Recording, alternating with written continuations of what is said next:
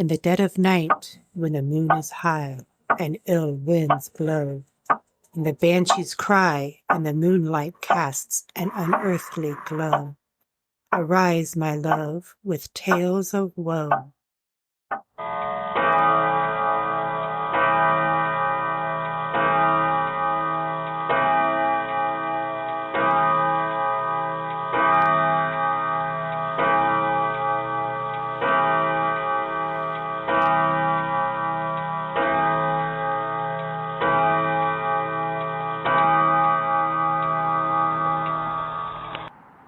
Good evening. It is 12 midnight, the paranormal hour. Welcome to Ghost. I'm your host, Chief Lawson.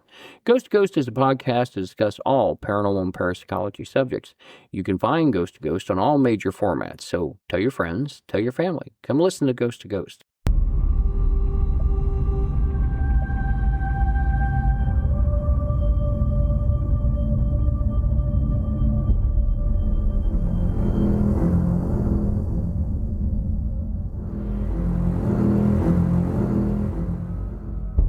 Good evening, listeners. It is the midnight hour. It is time for Ghost. And tonight, we have a very special treat. Tonight, we have Indiana Bigfoot research we're doing a little bit on, and we have with us tonight Squatch Hallow. And with that, of course, myself as host, and we have Heather Lawson as our director. Hello. And our special guest, Aaron Macatee. Yeah, thanks for having me, guys. Appreciate it. No problem. We're glad to have you. We're really honored that you're here. Hey, and I'm not into cryptids today. Most people know that. I do enjoy watching them, and I've watched a lot of the television shows, just like I'm sure. Yes, he has. Yeah. Well, there's several that always entertain me. I found that mountain monsters were always entertaining, and I liked watching them. And I actually got to meet a couple of those guys at a couple of the Paracons. I got to meet Bill, and I love Bill to death. I really do. I thought he was acting. He is not. He's a good Marine. I really got to enjoy him. I'll never forget. He came in, and I seen Buck, and I talked to him for a couple of seconds. He says, "You guys do any ghost hunts up here?" I go, "No. We're just, we're doing classes, whatnot." And all of a sudden, Bill walks by, and he's got this box of 64 crayons, and he marked MRE on it. And of course, I and my wife are from military families. We're both vets, and he comes in, sets it down. I looked at him. I thought, this is great, so I couldn't resist, and I asked him. I started talking to him a little bit, and my wife says he was in the Navy. He says, thanks for the ride. I said, I was an officer. He says, thanks for the ride, sir. I go, yes. And we got talking. We went back to the bar, but just a sincere guy. And, I enjoyed their seasons, watching it a little bit. Of course, I grew up, I think, on the film Creature from Boggy Creek. And that was the very first film. I'm 60, so my dad took me to see that in the theaters. And I think my dad enjoyed it almost, if not a little bit more than I did. And whatever reason, his fascinating part was when the old boy was in the bathroom and that thing reached through the window. And that stayed with him for whatever reason. But then shortly after that, they came out with a 1973 expedition up to an area, it was either in Washington, Oregon. I think it might have been Ape Canyon. I can't remember, but it was a documentary they put out at the theater, and we went to the drive-in to see it. And my uncle had went in a separate car, and we couldn't find him before the show started. And my mom was there and everything, and we were sitting out behind. It was a station wagon. We were sitting out behind it in our armchairs. And my uncle had managed, how I don't know, to attain a fur sleeve with a glove.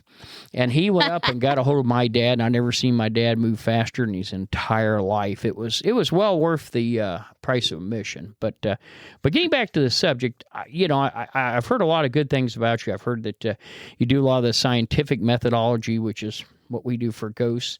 And so, and I'm gonna ask you some questions. For me, it seemed kind of dumb, but the first one is, tell me, do you believe Bigfoot exists?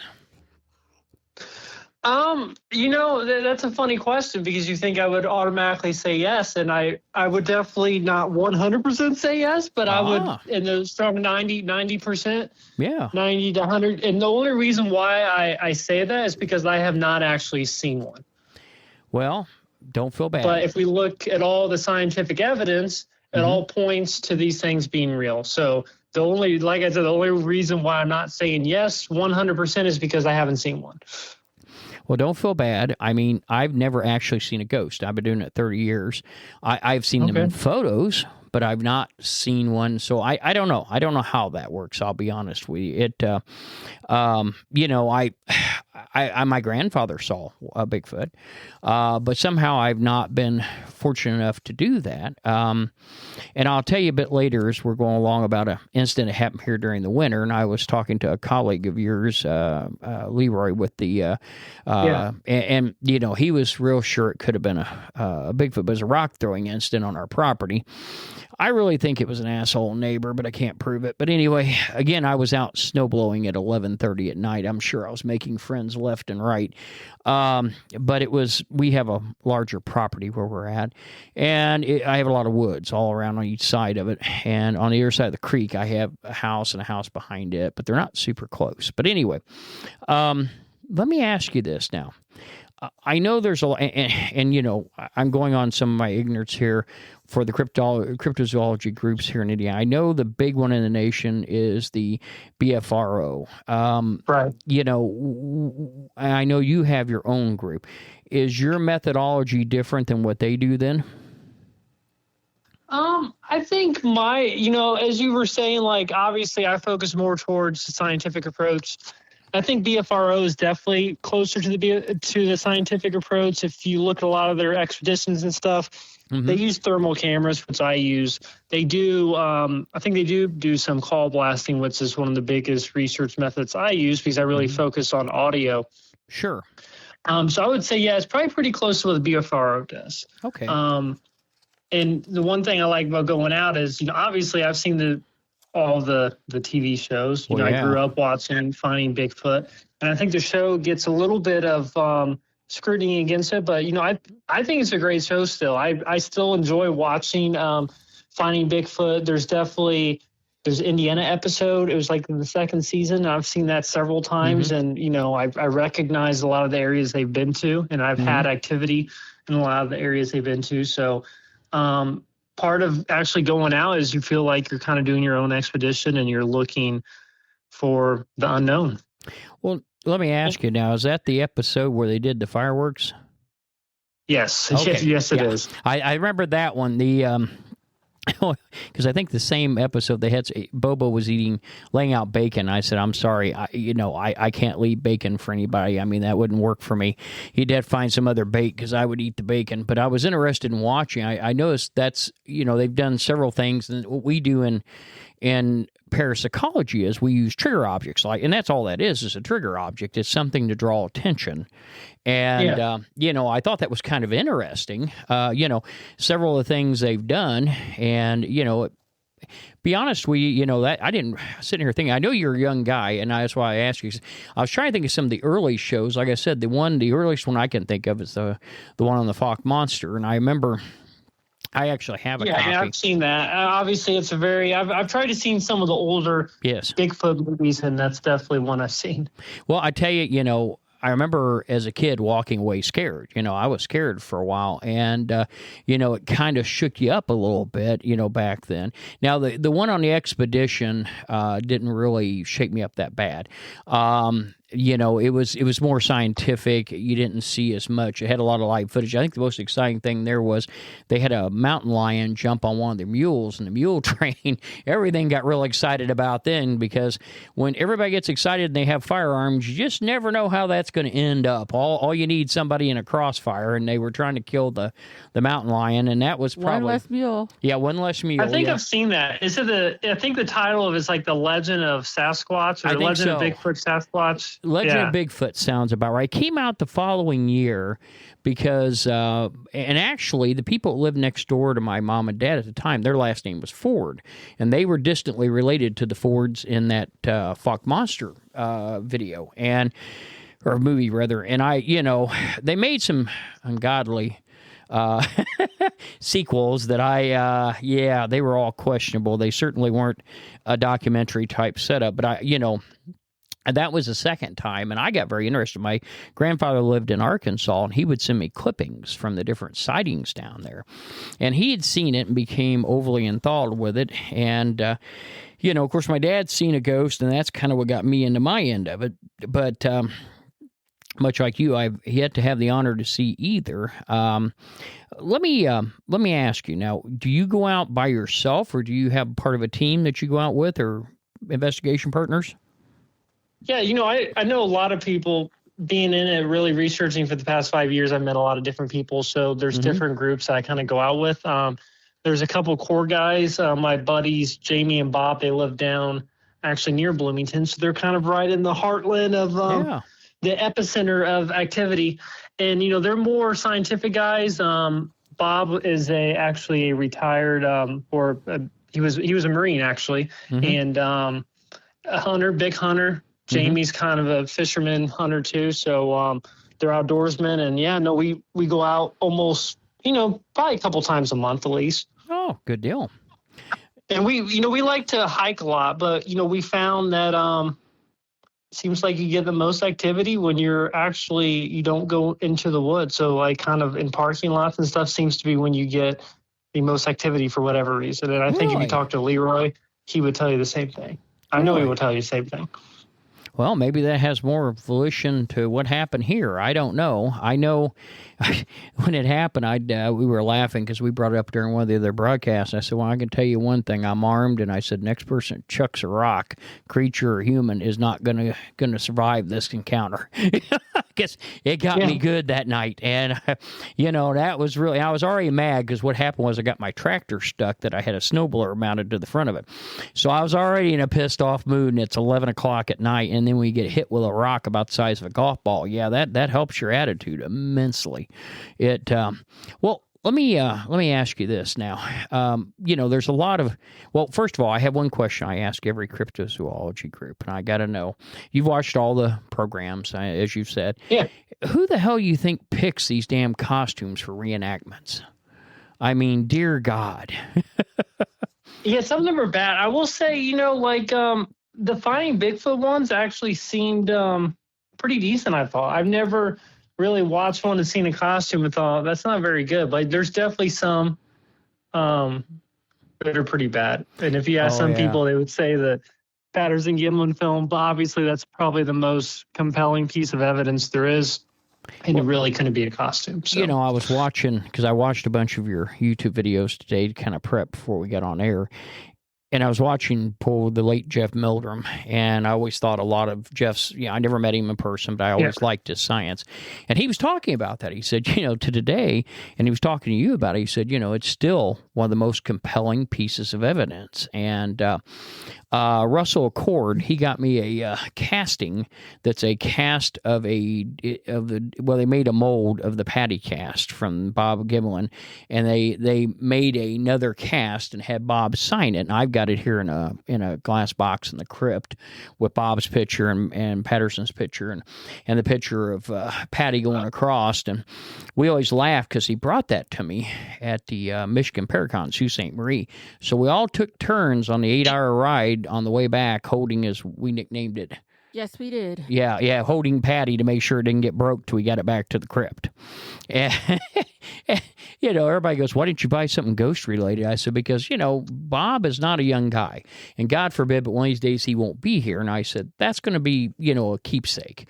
And I'd like to have that. Even though we don't do cryptozoology, it's worth having, And, absolutely. I think I have the same exact one, actually. So I think I bought it from Russell at Crypticon.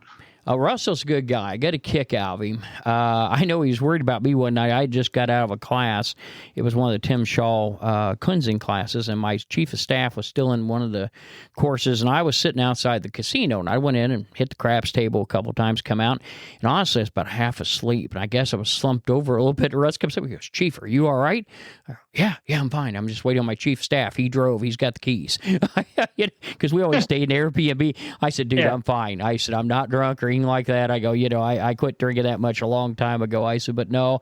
I said, I'm tired and I need sleep because, that was 2 days, probably like a lot of the cons you've been to. I mean, they started 8 and they end late, and then you're all over again the next day, and I was just worn out. But good people. I miss seeing him. I haven't seen him in quite a while. But, yeah, I got that, and I think if I bought a phone charger cable off of him when we were up there, a multi-cable. That thing was neat. Yeah, it was. It actually was. He told me where he found them at. It was pretty cool. But, though I have to ask about the costumes. That's one thing that sticks with me. There's a lot of speculation, and I've heard a lot of this, and I've heard, what Bigfoot could be. I grew up with the missing link, because back in the 70s, everything was big on 70s, 60s, 70s, even maybe a little bit to 80s was missing link or Gynopithecus. And then now the big thing seems to be that he transwarps and he's some sort of alien that goes through a transformation or is able to pass through a warp window or whatever you want to call it.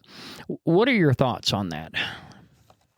Yeah, I mean, I think there's obviously there's two types of Bigfoot researchers, really. There's ones that think it's paranormal related, and there's ones more like me that think it's more flesh and blood. So obviously I think it's flesh and blood, but I would say I've probably experienced some things that can't really explain with science. And obviously I've seen the TV shows, where they show different things that I believe are true and are actually happening.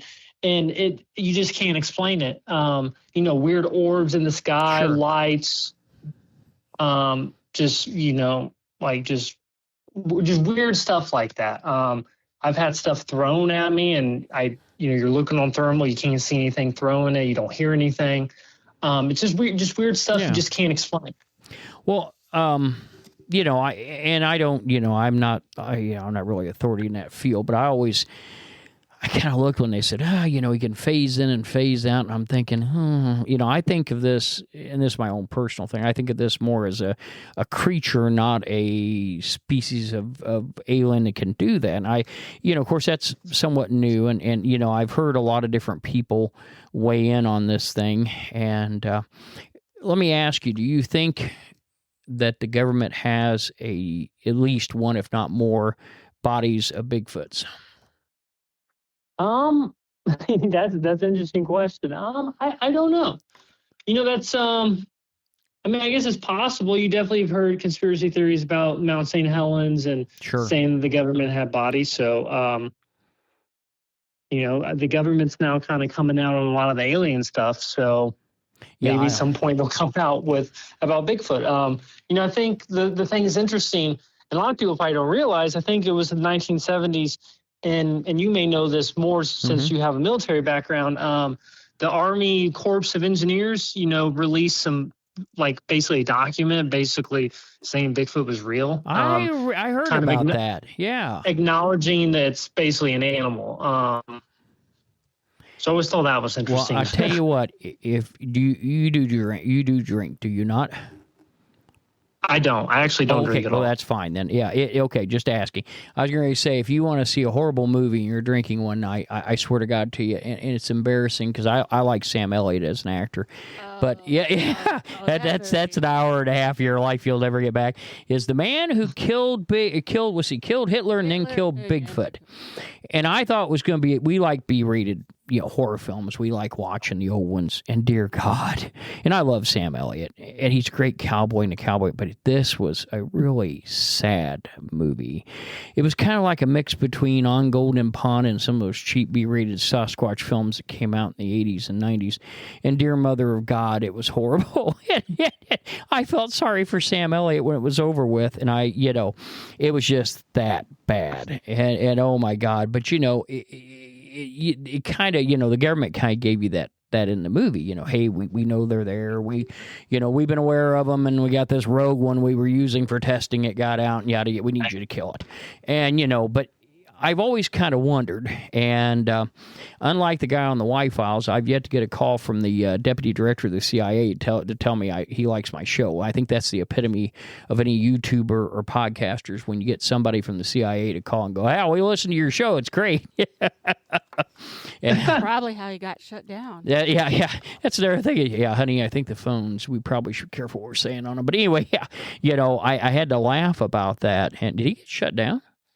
Yeah, he says so in his video. Oh, yeah, he got shut down for a little while, I think, anyway.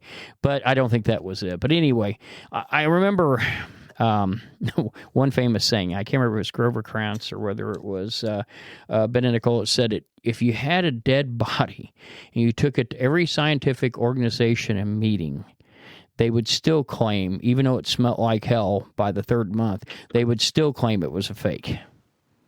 Yeah, I mean, I think people have their mind made up, and I think part of it is kind of how, I mean, it's a big part of it, how pop culture kind of portrays Bigfoot. People, when they think of Bigfoot, they think of like Harry and the Hendersons. Oh, God, yes. And movies like that. And it's just like, obviously, Harry from Harry and the Hendersons is not real. Exactly, I mean, that's just a made up thing. It's not really what a Bigfoot would be like. But yeah, I think that's a lot of it. When you talk about the kind of the paranormal aspect, one thing, obviously I focus on audio.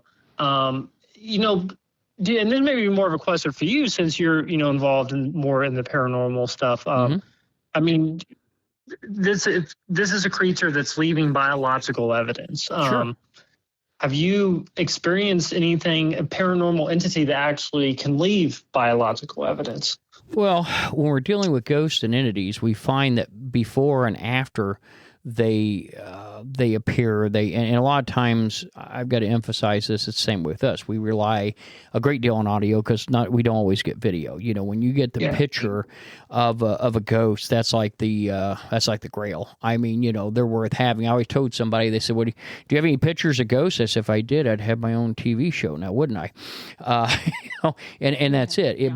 But ghosts, when they appear, before they appear, the EMF level increases, temperature drops, and this is a stereotypical run, is what I'm giving you. It's not that exact with each entity, but after they leave, they're still measurable. So there is some measurable there. Now, it's not like your DNA, the DNA they take, general DNA from streams and things like that. We don't quite have that advantage, but we can't, thermal imaging, we can pick up on, especially on SLS cameras. We can do a lot with those. So we have a little bit there that we can come back on. Now, I can show a picture. It's like I told somebody, I can pick up an entity with an SLS camera. It drives a nice little colored stick figure.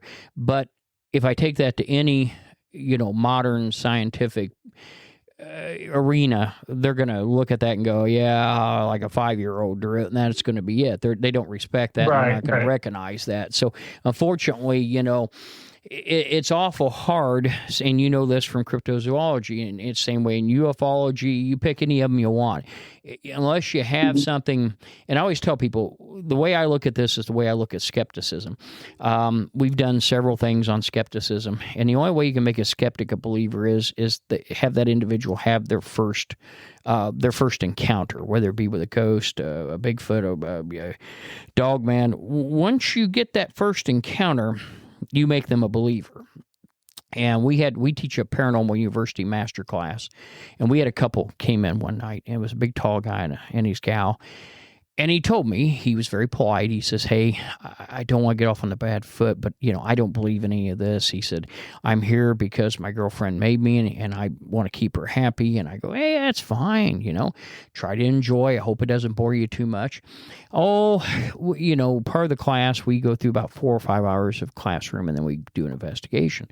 Well, my guys came up to me and said, hey, Chief, he said, a big tall guy? I go, yeah. He says, he went soaring out of here, running through the building, and is out in his car. I go, what happened? He goes, I don't know. He said, but I just thought you ought to know about it. So I walked out, tapped on the window. Sure enough, he's in the car, windows rolled up, doors locked. And I tap on the window and I go, you okay? He says, yeah, I'm fine. I'm good. I said, well, can I ask why you're in the car and not in the class? I said, because that particular site we were investigating wasn't the best of areas. And of course, it's 2:00 in the morning. And he says, well, I'll tell you. He said, I owe you a very big apology. I said, oh, how's that? He said, I got in there, and he said, something grabbed my hand. And I think it was a little girl. And I go, we don't have any children. He says, no, I mean, it's a ghost. He said, it made me a believer. And he says, I'm not going back in that building. When she's done, just send her out. I'll be here in the car.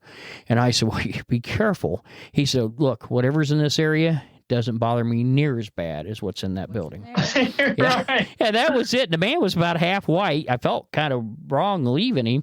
And I always laugh. But I think that is the only way you're ever going to get someone to be able to say, yes, I believe, and I was a skeptic, but now, right.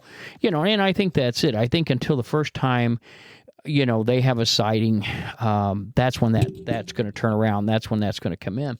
Now, I got to ask you, because I've talked to Leroy a little bit about sightings around Indiana. I was really surprised at how many sightings we have in Indiana. A lot more than I had any idea that existed, and especially, close to Indianapolis itself. And, I heard that there's some out by the airport. I mean, generally when most people think of Bigfoot sightings, they're thinking of Hoosier National Forest. They're thinking of Brown County State Park, all that, And when he started telling me about some of these, I'm going, wow, I didn't realize they were that close to civilization. And you just said you get a lot of things out of parking lots and things like that. Why do you think that is? Well, if they're as smart as people think they are, I think part of it is you start going into their territory, they're probably going to back out. But if you're in a parking lot and they're still in a secluded area in the woods, in deep woods, I think it's easier for them to come in and check you out. That would just be kind of my thought. But for whatever reason, that seems, when you're just kind of hanging out, it seems to be when you have the most activity. And I've had stuff happen, hiking into the woods, but more likely, most of the time, it's usually, sitting in a parking lot, doing stuff kind of on the edge of the woods. And I think they're curious. They'd be curious creatures as well. You hear a lot of activity reports around people's, around people's houses. You hear about that more than just about anything, how close they come to people's houses. And it just seems like they're curious creatures. Well, I always say, because we have just under 2 acres, and we have a security system all around our home. So anything more than 40 pounds triggers the lasers, laser grid, and I know they're there. But hell, we have raccoons that are just under 40 pounds barely, and they manage to creep in all day long without being noticed, And so, after we go to bed, it's hard to say what comes and goes. If it doesn't get right, the grid only is around the house. So if it doesn't come close enough to that, or can still be able to see and be somewhat hidden, we never know they were there. I mean, we wouldn't. Obviously, I think people, if they're smarter or just as smart or smarter than an actual person, if you think about, like, if we were to grow up in the woods, right? Yes. We don't live in houses. We don't drive cars. Like, we grow up in this environment. We're going to know that environment like the back of our hands, and we're going to be able to move around without people even knowing we're there. Yes. That makes sense. I mean, you'd be good at it. Well, and I mean, let's face it, they know natural camouflage. And I mean, a lot of animals have that. It's not just them. I mean, there's a lot of animals that have wonderful camouflage that are very hard to see. And I can understand that. Now, there's a lot of debate between whether they're carnivore or herbivore or both. What's your thoughts on that? I think they eat a little bit of both. I mean, I think they definitely eat. You hear a lot about them eating berries. I hear that more than anything, like eating, berries. And then also you hear stories about them, just basically like snapping a deer's neck off and just crazy stuff like that. So obviously I think they're eating deer. Because you hear a lot of times, like, researchers say, like, we hear coyotes, we see a lot of deer. That's a good sign. And I agree. I think it is a good sign. If you would have talked to the late Dr. Meldrum, if you emailed him and said, I live in Indiana, I have a picture of a say a footprint, for example, I think it may be a Bigfoot. The first thing he would always say is, he would send you this map of bear sightings in the United States, and he would say, if there's no bear sightings in an area, means the environment can't sustain a bear, so he doesn't believe they can sustain a Bigfoot. Wow, that which I makes thought was sense. always interesting. But obviously, his map also showed that Ohio really couldn't sustain a bear population. Obviously, Ohio's like top 5 most sightings in the United States. Sure, yeah. Are you there? Yeah, I'm here. Okay, sorry. We had a squawk there, and I thought I may have lost you.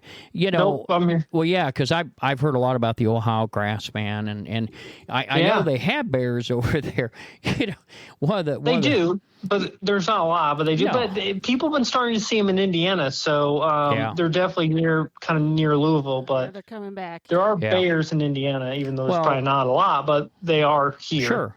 When I was backpacking in the 70s and into the 80s in college, one of the things that everybody says, "Oh, we don't have rattlesnakes." The hell we don't. We got plenty of them. Yeah, I've almost stepped on one. Oh God, yeah. I think we've all been through there. We have copperheads.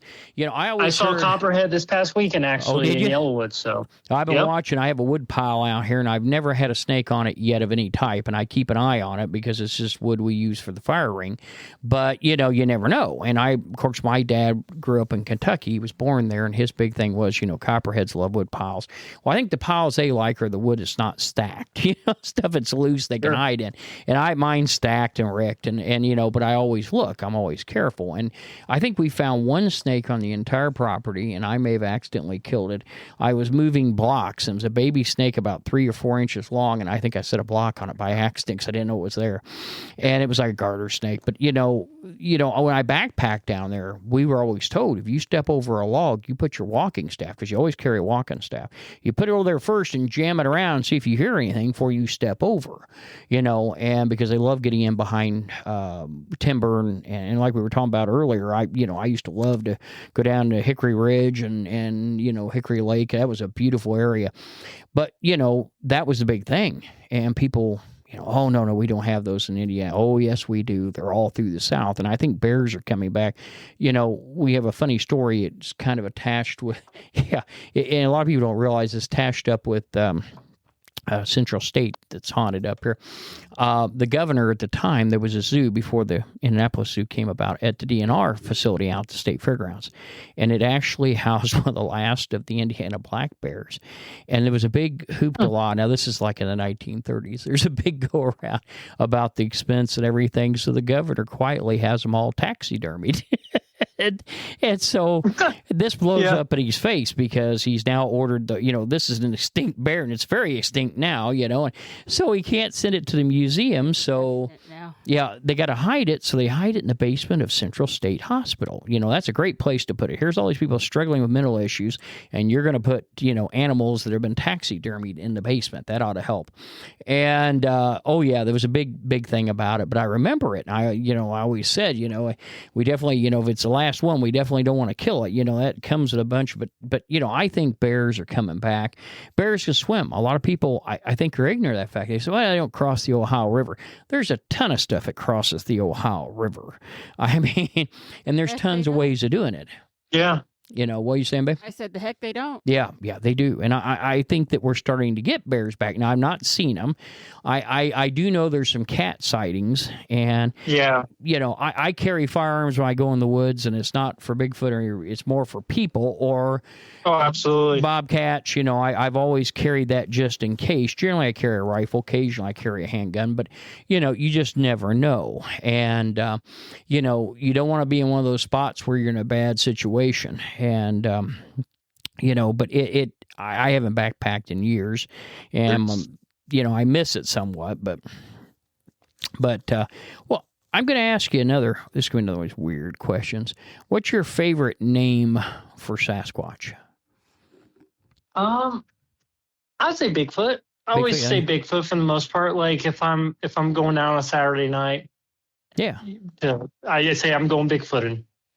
makes sense. I always liked wood booger. Some reason or another that stuck with me as a kid, wood booger. I don't know why. Maybe I'm getting to be 6 all over again, but yeah. So you could say booger. Yeah. But what was it in WKRP? Johnny Fever got fired from the station for saying booger. Yeah, that's got to be why. I don't know. It just stuck with me. I was also told now, and this, I remember growing up hearing the back and forth. Do you think these creatures are nocturnal, where they keep a watcher awake to guard their nest, or do you think they're more along the lines of, more like a regular mammal that's awake during the day? I think they're definitely awake during the day. People see them during the day, but not as much. So I think they would probably move a lot more during the night because it's easier for them to conceal themselves. I would probably lean more towards nocturnal for sure, and that's when we have the most activity. A lot of times, if I go out, I'm busy during the day. Like if I have to pick if I'm going out during the day or night, I'm always going to pick going out at night because that's when the most activity happens. That's when I get vocals. Like I said, that's the main thing that I focus on, and I think it's really the easiest piece of evidence to get because there's not many pieces of evidence you can get where you can, do a call blast or just sit somewhere and hear something that may be up to 3/4 of a mile away.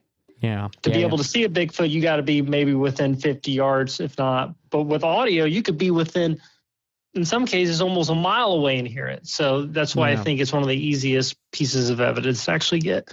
I remember when I was in high school, we taught this survival class, and the guy that taught it, the teacher, was a ranger. I think he's passed. His name was John Darmer. He's a fantastic guy. Him and Leo Hine, who was like a master sergeant in the National Guard, and I knew them very well. And I was an exploratory teacher, and I'll never forget it. I brought a call. This is before they knew it as call blasting, but I brought a Sears recorder hooked to a PA speaker we'd stripped down of a garage we'd found. And this is like... it's a good 100-watt PA speaker, and so we didn't announce what we were going to do with it. We hit it, and the way this thing worked was they took groups of high school kids and put them all around Terrell Lake on a compass course with the intent of finding Terrell Lake. So we went on in. We would hike down the fire road to Terrell Lake from the fire tower, and we would carry coolers, whatever we needed. I mean, we lived pretty good. And everybody else only had what they could carry, and they had to make their own shelters out of down timber and visqueen plastic, and we had tents.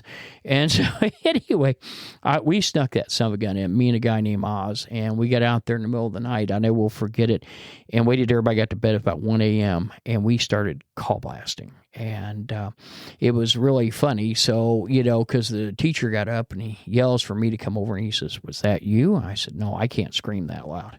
And it was actually a recording from the Ohio Bigfoot. I think it was one from like 73 or 72 or something. They took it in Ohio, and we played it a couple of times.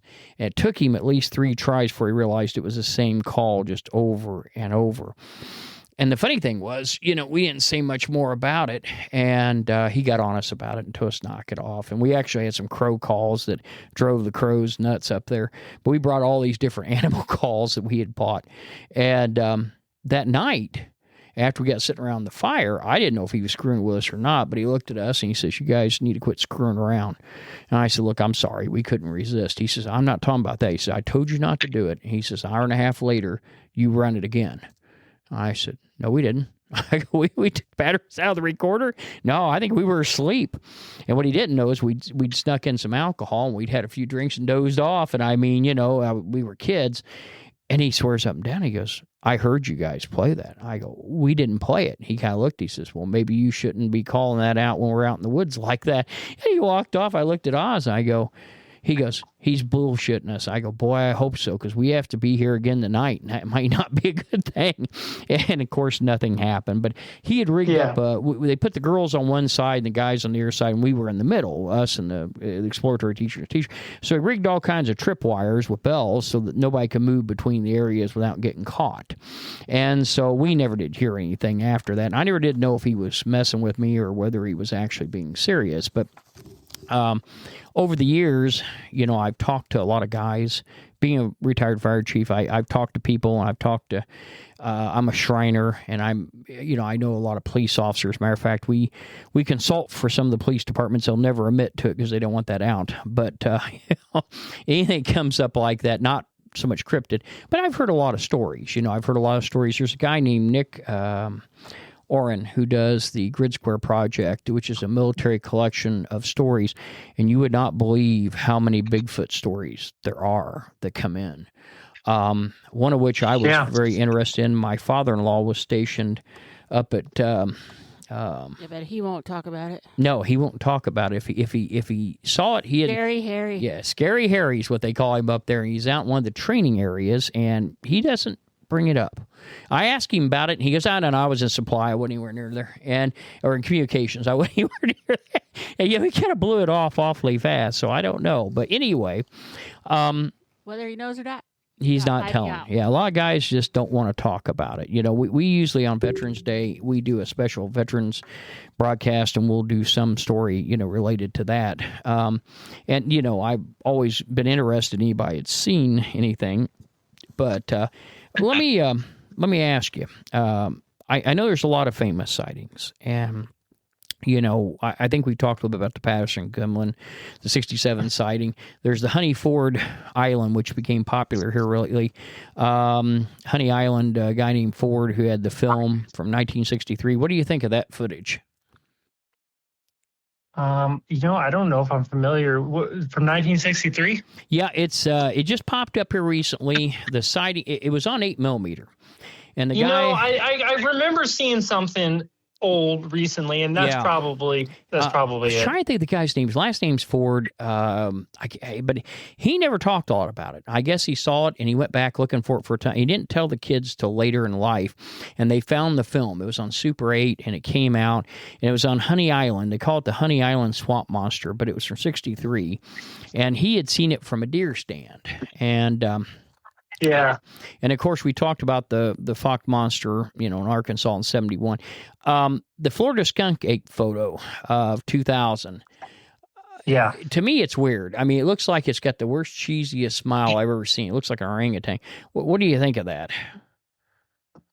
Yeah, I mean, some people I think it's like a chimpanzee or orangutan, that had escaped. But the way it walks, I know I don't know if you're talking about that. There's a video. You talking about that actual video? That's the one that's out in the field walking across right to left. Yeah, exactly. I know what photo you're talking about now. Yeah. That almost looks like an orangutan or it does, doesn't a chimpanzee. Yeah, so I'm not exactly sure on that, but that video is pretty compelling. I tell you what, that was a pretty good one. Have you seen the one, the Marble Mountain Ridgeline sighting? Yes. Now that one got me because these people are camping, and what really got me is the guys going, "Hey, he looks really pissed." I'm thinking I would be yelling back, "Pack camp, we're leaving now." And because it's a little ways off, but I bet it can make time pretty good if it come down off that hill. And it seemed like it seemed very skinny and just very tall, but it didn't seem like normal proportions. But it's really hard telling. Yeah, at that distance, I mean, of course, there's something where you're the expert. I didn't look at that, but that one stuck into my mind because it was throwing a fit, and I don't know which I've heard the debate between them being territorial, those not being non-territorial, and I've heard some where the creature takes off as soon as it's seen. Then I've heard others where it gets aggressive and throws rocks and tries. A couple of instances I had a buddy that knew me, and he used to go. He was a big fisherman every year, and he caught me one day, and he says, "You still hunt ghosts, don't you?" And I said, "Yeah. Do you have any?" And we were joking around. He goes, "I really do need to talk to you." So he pulled me aside. I said, "Okay, what's up?" He said, "I was down in Madison, Indiana, which I've been down there before playing bagpipes at the winery down there. And I knew the area pretty well, but I never fished or hunted in it. He was an avid hunter, fisherman. And he said, I was down on the lake, around on the reservoir down there, and he said, something threw rocks from the shore. He says, you wouldn't know what that is. I said, well, from what I understand from cryptozoology, that's characteristic of a Sasquatch. And I go, you didn't make land, did you? I said, you didn't come ashore anywhere. He said, no. He said, but man, he said, anytime I would get with about 100 foot of the shore, it'd start lopping some pretty good sized rocks out. And I said, well, that's what it wanted you to do. It wanted you to move away. As long as you moved away, it was probably pretty happy. Don't stop here. Yeah, don't stop here. Yeah, that was the message. And, the other one, I don't remember who took this sighting. I'm going to say it's the BFRO, because I knew a guy that was in the BFRO many years ago. Hasn't been in it in a long time. And I guess it was a hunter in Madison that was on a deer stand, and he dozed off. And one of the creatures walked underneath him, and he woke up to realize something was under the stand. He was a good 15 foot up. And this thing reached up and grabbed a hold of his foot, just touched it like it was feeling underneath. I said, that'd be the last day I'd ever hunt in my life. That'd have been it. They'd had to clean the stand when we were done. But I mean, it right. It touched him a little bit and walked off. And, it was gone. I thought, holy cow, yeah, no, that'd have been it. Because I see all these sightings on TV where people go, yeah, I used to be an avid. I don't go in the woods anymore. Well, I could see why. I don't go out there no more. Yeah, I could see why that could make you a believer in a hurry. If you think about it. No more. Yeah. Those really could. But now I tell you the one that I liked the best. This came out in 2014. It was shot in Minnesota. They call it the Minnesota's Christmas video. And the family's you seen that one? Oh my God. That one, and the dog goes out and doesn't get close. The dog gets smart. It's like, oh shit, it's a lot bigger than me. Yeah, and it backs off. But yeah, they're all kind of surprised to see it. And you can tell toward the end, when it goes out behind the garage and around, Dad realizes, oh shit, this isn't good. Get in here. He's trying to get the dog in, the kids in, but that one, I thought, what did you think of that one? Yeah, it seemed very just organic, like it was just happening in the moment. And I mean, I think it's really hard telling, right? Because you want to see what happens before the camera starts rolling in after, but yeah. Well, that's the same way on my end. When people want to show me a photo, I have to ask them, how was this shot? I need footage before and after. I need to know what the weather conditions were. If you're outside, if you're inside, I need to know what kind of camera you're using. Did you have the air on? There's a lot of things I need to know to determine what the background was on the camera. And I get people that send me orbs all the time.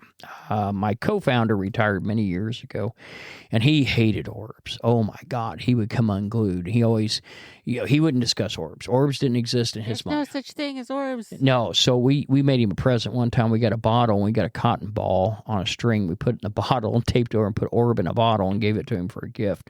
But I was always under the feeling that orbs were energy, and I have my own theory to those. But a lot of people, when they send photos, it's awfully hard to tell. And I like the way Jeff Meldrum answered that. Hey, if there's bears, if there's no bears, then it can't sustain. So makes sense. Now let me shift gears a bit. There's a lot of dogman sightings around here, is my understanding. I recently had Cryptid Creatures on, and I had Brandon from Tinfoil Tales, and they were big on dogman. What is your stance there? Do you think that is a Sasquatch that's been misidentified, or some sort of breed or morphing, or species of that, or where are you at on that? Yeah.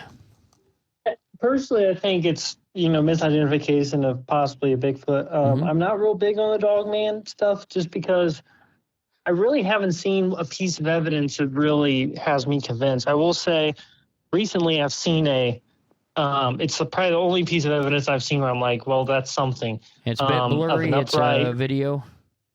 It's in LBL. I'm sorry, what? Oh, it's a bit. If it's the one I seen, it was real blurry, and it stands up. Is that the one? And you see a snout. Yeah, that's all you really see. It's like a shadow outline. You get the shadow of the snout. It looks like. If it's the same one, this was in LBL. My buddy Jamie actually knows the people who filmed it. It was filmed the past couple of years. So yeah, I don't know. I think I always joke around like I got to draw a line somewhere, and I usually draw it a Bigfoot. But Yeah, I don't know. And, I'm pretty open to other stuff. I actually have done, and I've tried getting more into some of the paranormal stuff. I have a spirit box, actually. I've actually heard stuff on the spirit box. It's kind of freaky to hear.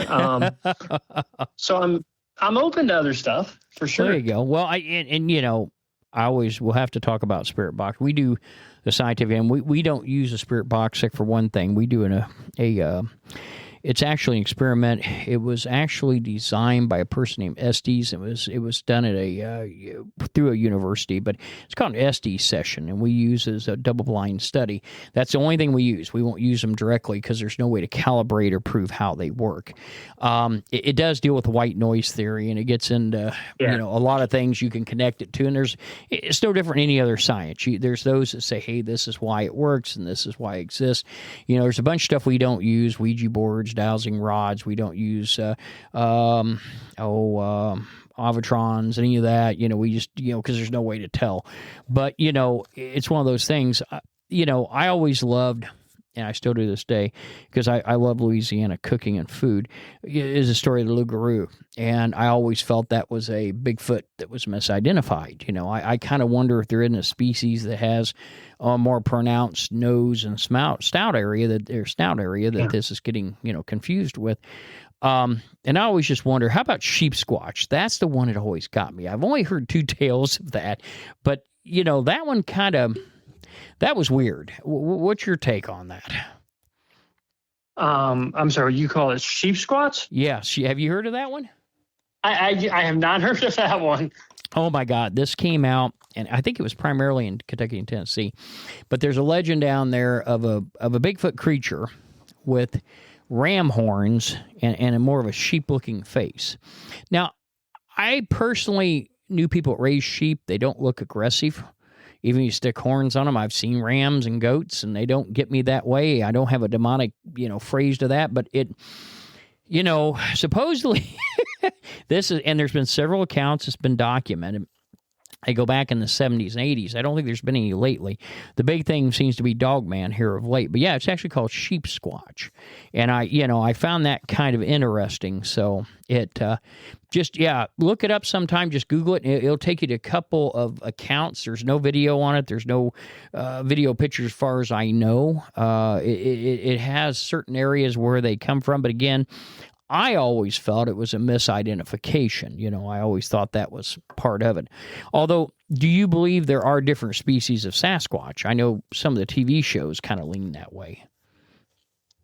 Well, I would say yes. And if you, for example, obviously Dr. Jeff Melder was kind of known for his footprint collection. He had, Sure.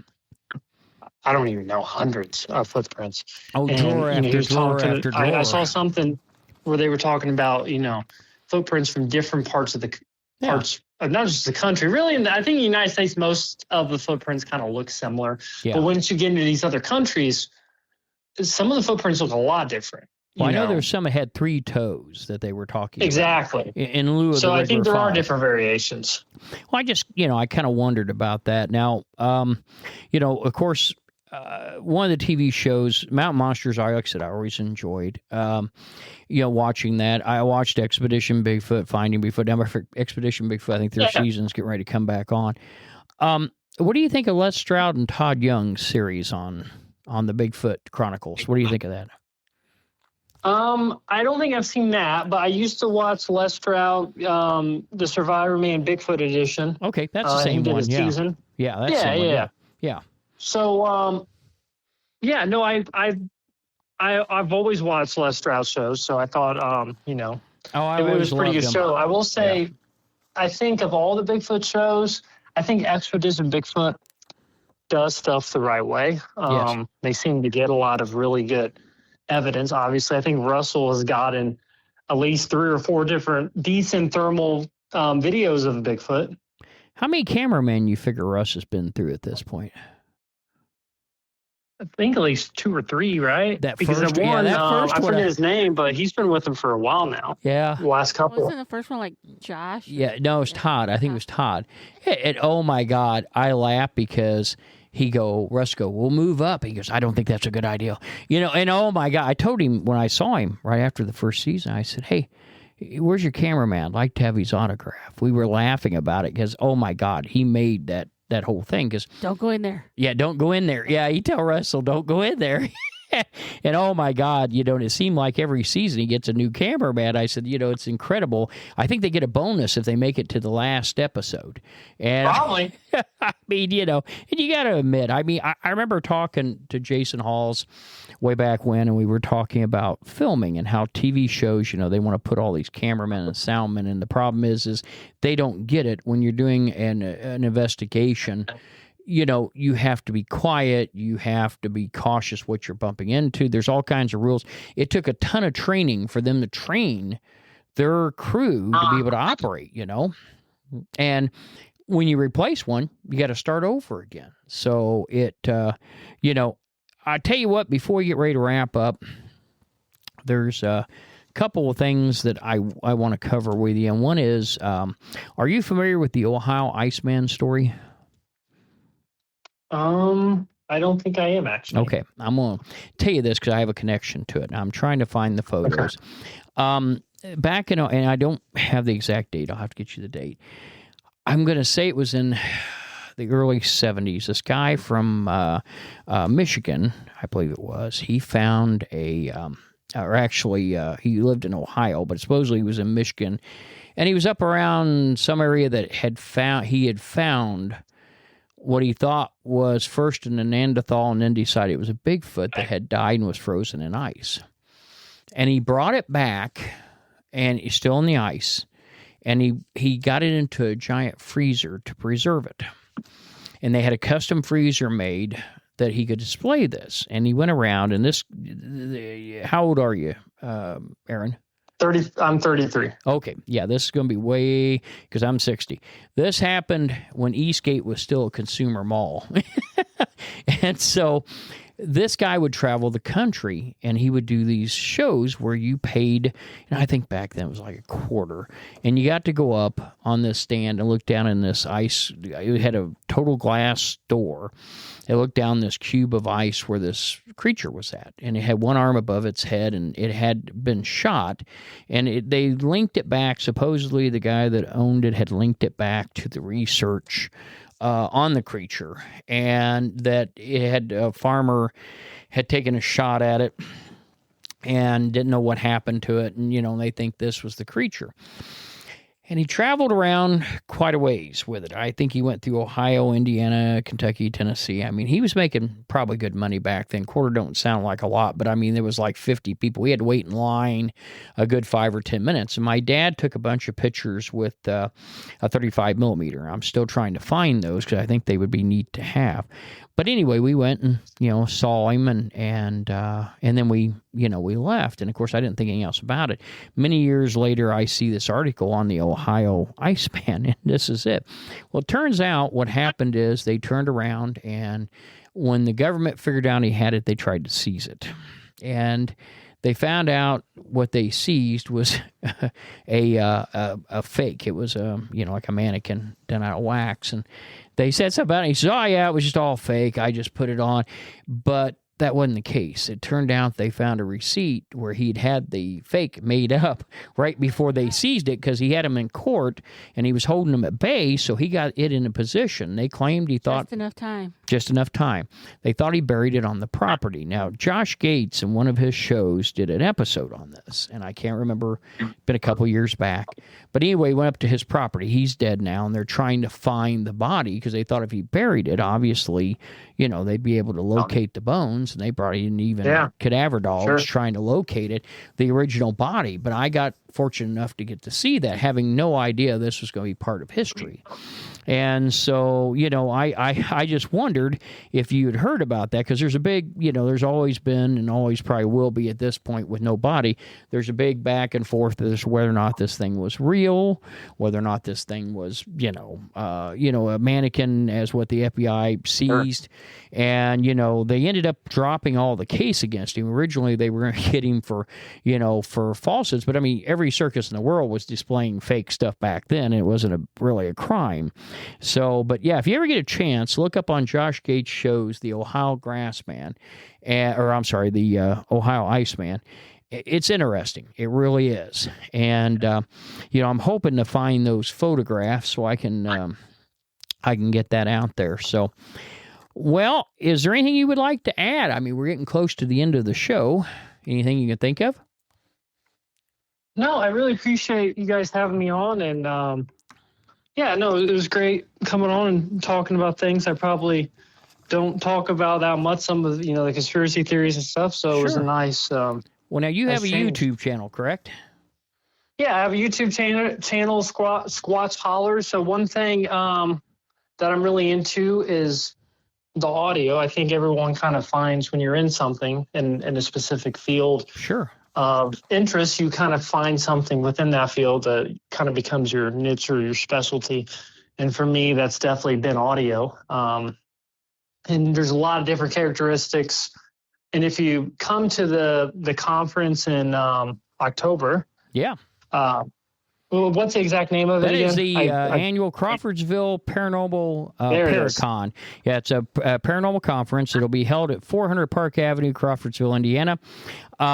Entrance free. I got to do the commercial. So it's on October 24th and 25th. And yours truly and Aaron both will be speakers there. So we will be there. I think Aaron and Leroy and a few guys are doing a Bigfoot calling contest. Somebody gets a grand prize if you actually get one to come in. There's a couple. I slid that in real nice, didn't I? There's a couple of VIP events. Yes. So go to the website. There's a VIP ghost hunt, and they're working on a VIP Bigfoot event. So those do cost extra, but, it's a great time. Come out and see us. The speaking schedules and things will be up before then. And I can't ask you enough to show up October 24th, 25th, Crawfordsville Paracon. And then also I will be at the Paranormal Fest in Greenwood, September the 12th, and that'll be from 11 a.m. to 5 p.m. at Happy Haunts, right down near Suds Drive-In. So we will be there. Well, it's actually June. I'm actually speaking of that, but it's June 20th. Okay, you've got the Paranormal Expo charity event. That's from 9 a.m. to 5 p.m. Also, June 20th is on Saturday. That is at Happy Haunts in 248 Market Plaza. Admission is free. It's downtown Greenwood. You can go over to eat Suds after it's done. It's great. Come down and see Aaron speak. This will be a good time for all. And Corey does a really good job. Her and her husband have done wonders with this shop, and we enjoy being there. So maybe I'll come down and meet you during that event. Yeah, that'd be great. I think I'm speaking at 2 o'clock, 2 to 3. 2 to 3. Okay, I know Brandon and a few of the guys are going to be down there too. I'm trying to get every date I can. Unfortunately, I got a bunch of lecturing events coming up, but hey, hopefully I can be there and get a chance to meet you. So those are our commercials. We also want to reach out to one of our sponsors, Million Podcast Listings. We are number 2 in the parapsychology branch. If you want to look up a podcast to listen to, that's the place to find them. So we want to thank Aaron for coming out tonight. It's been a load of fun. We got to talk a little bit about Bigfoot, and I always enjoy that. And hopefully we'll see him before the Paracon. But again, the Paracon's free. Come on out.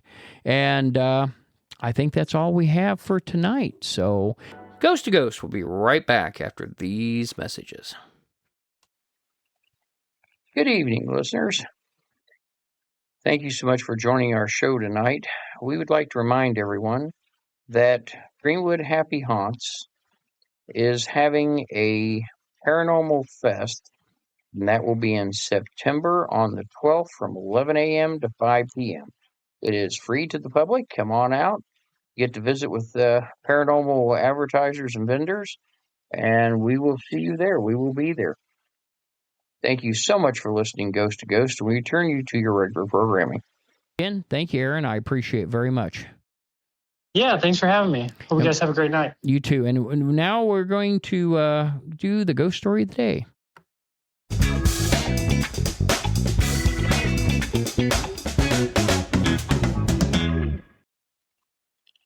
Tonight's ghost story of the day is with me, and it's entitled The Battle of Ape Canyon. In 1924, the Oregonian keeper from Portland carried a story that was unlike the others. The report began by mentioning the mountain gorillas that had been leaving gigantic footprints around Mount St. Helens area for some years now. It noted that Indians had been told of the mountain devils for 60 years. It then detailed the occasions on which 5 gold prospectors had been attacked by these gorillas, panning for gold around the Lewis River, close to Mount St. Helens. Amazingly, one of those prospectors, a guy named Fred Beck, was still alive when the Bigfoot stories in 1958 hit the headlines. When he was tracked down and interviewed, he supplied extra details that were not included in the 1924 report. Beck and his colleagues, Marion Smith, Roy Smith, Gabe Lefevre, and John Peterson, have been working their claim for over 2 years by the time of the encounter. They had come across several footprints about 14 inches or 35 centimeters long in that time, but after the initial excitement that they had caused the men to ignore them. Then in July 1924, they began to hear a noise as if somebody was banging loudly on a hollow tree trunk. After that, they heard a loud whistle call come from a wooded ridge that overlooked their camp. After a week of this, the men habitually carried their rifles with them when collecting firewood or water. One day, Marion Smith and Beck were fetching water when they saw one of the mountain gorillas. It's about 100 yards away. It stood about 7 foot tall and on its hind legs and was watching the 2 men from behind a tree. Smith fired 3 shots, but only hit the tree. So the creature ran off uninjured. When it reappeared from the trees, now about 200 yards away, Beck fired, but he missed. They ran back to the cabin to consult with the others. Faced by gigantic men-like creatures, the prospector decided to flee. However, it was getting late in the day, so they decided to stay the night rather than risk getting caught in the woods in the dark with the mountain gorillas. The midnight attack. At midnight, the men were rudely awakened by a terrific thump as something hit the cabin wall. The sound of footfalls came from outside the cabin, and Smith peered out through the kink between the logs to see these 3 huge creatures. It also sounded as though if they were others nearby. The creatures then picked up rocks with which they began to pound at the walls, which prompted the men to grab their rifles and prepare to face the beast if they should break in. At least 2 of the apes got on the roof and began jumping up and down. Another began pounding on the door, which Beck braced shut with a wooden pole. After several terrifying minutes, the assault ended and the creature slipped away into the darkness. But less than a half an hour later, they were back. Again, they attacked the cabin by trying to break in, and again they retreated, only to return with redoubled fury to assault. Finally, as dawn broke, the creatures left. When the beings did not return for some time, the terrified miners gingerly opened the door and peered outside. All was quiet. They packed up and set off with as much as they could carry, leaving behind over $200 worth of equipment.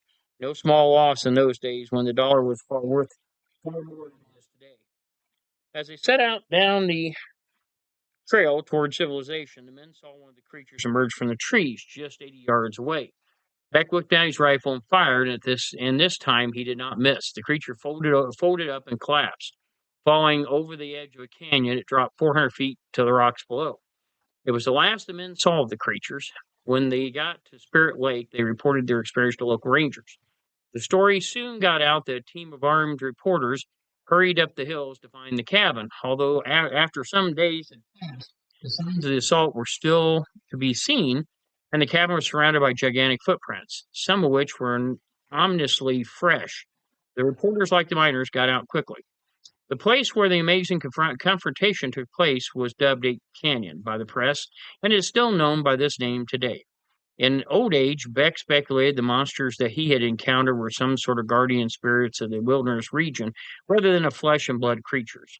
He said that they had come from another dimension and they were supernatural beings. None of this evident in the original 1924 report. This came from Bigfoot, True Life Encounters with the Legendary Squatch by Rupert Matthews. Thanks for listening to Ghost to Ghost. Again, I'm your host, Chief Lawson. You can find Ghost to Ghost on all major formats on the 15th and 30th of the month at midnight.